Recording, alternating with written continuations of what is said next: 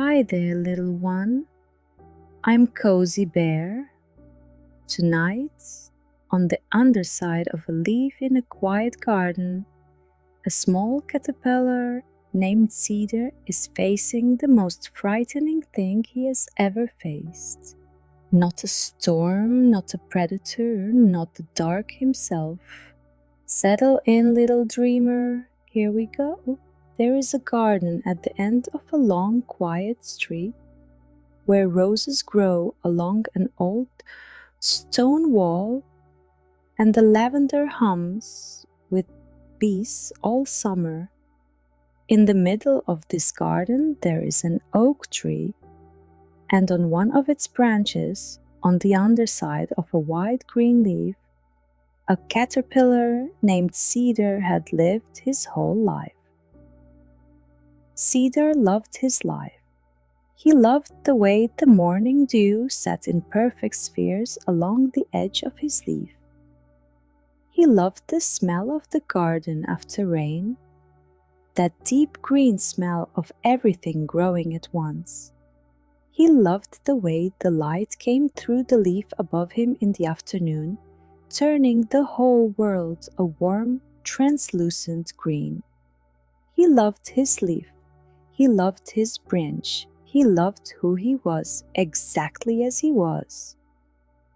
And so when the feeling came, the slow, strange, unmistakable feeling that something was about to change, Cedar did not welcome it.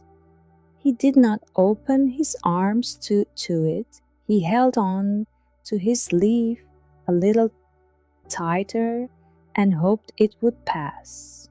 But it didn't pass. It grew. For 3 days Cedar felt it building, a deep pulling tiredness that was nothing like ordinary sleep, a heaviness in his body, a slowness in his thoughts, a strange sense that something was coming to an end and he wasn't ready. He talked to his friend Wren, an old spider who lived in the corner of the stone wall and had seen many seasons. "Something's wrong with me," Cedar said.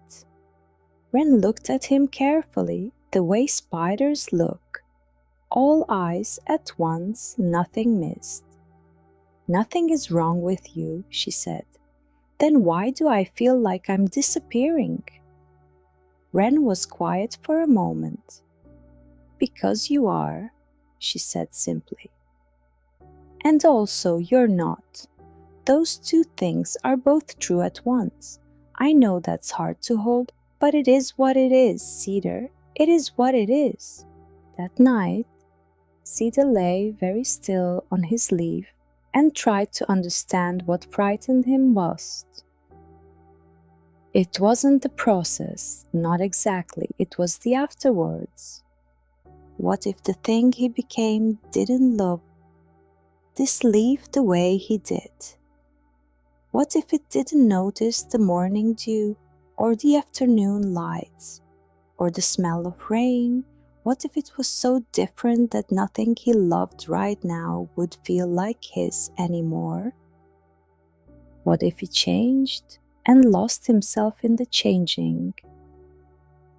He gripped the edge of his leaf with every one of his many feet and breathed slowly in the dark garden. Above him, stars. Around him, the garden breathing. Beneath him, the branch he had always known. "I'm not ready," he whispered.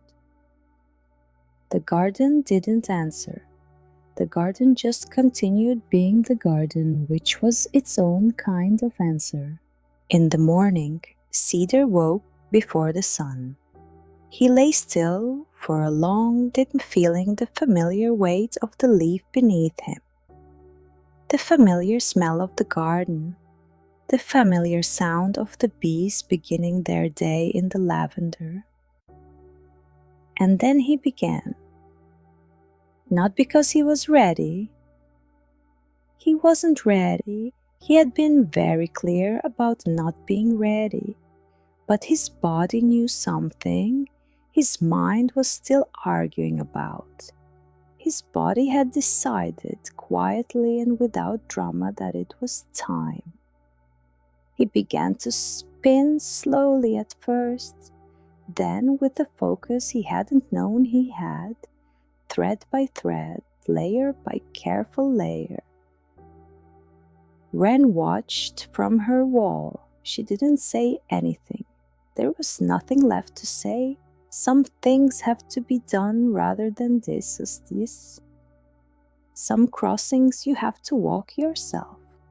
Cedar spun until the garden disappeared from view, until the leaf, the branch, the lights, the smell of rain, until all of it was on the other side of something. Inside the cocoon there was no light. Cedar held very still, the way you hold still in a dark room until your eyes adjust. Except here, there was nothing to adjust to. Just quiet, just close, just the sound of his own breathing. He thought about his leaf. He thought about the dew on its edges in the morning, the light through it in the afternoon, the smell of the garden it had him know every single day. He thought about all of it with a tenderness that surprised him, because it didn't feel like goodbye. It felt like remembering, like the leaf and the branch and everything he had loved was not being left behind, but folded in, becoming part of him, part of whatever was coming. He didn't know how he knew that, he just knew it. The way you know sometimes that things will be all right, not because you can see how, but because something deep and quiet inside you has already seen a little further ahead than your eyes can. Days passed, or perhaps weeks. Inside the cocoon, time felt different, softer at the edges, less urgent. Cedar did not sleep exactly. He existed in something between sleep and waking, between one's self and another, between the life he had known and the life that was forming around him, inside him, from him. Wren checked on him every morning. She didn't know if he could hear her, but she talked to him anyway, the way you talk to someone you care about even when they can't answer. She told him about the garden, about the roses opening, about the family of robins in the hedge, about the way the light fell on the stone wall at the end of the day, warm and golden and long. She told him the garden was still there, still the same, still waiting. That seemed important to say. One morning, the cocoon moved. Just slightly, just once, then again. Then it split. Not violently, not dramatically, but carefully. The way something opens when it is ready.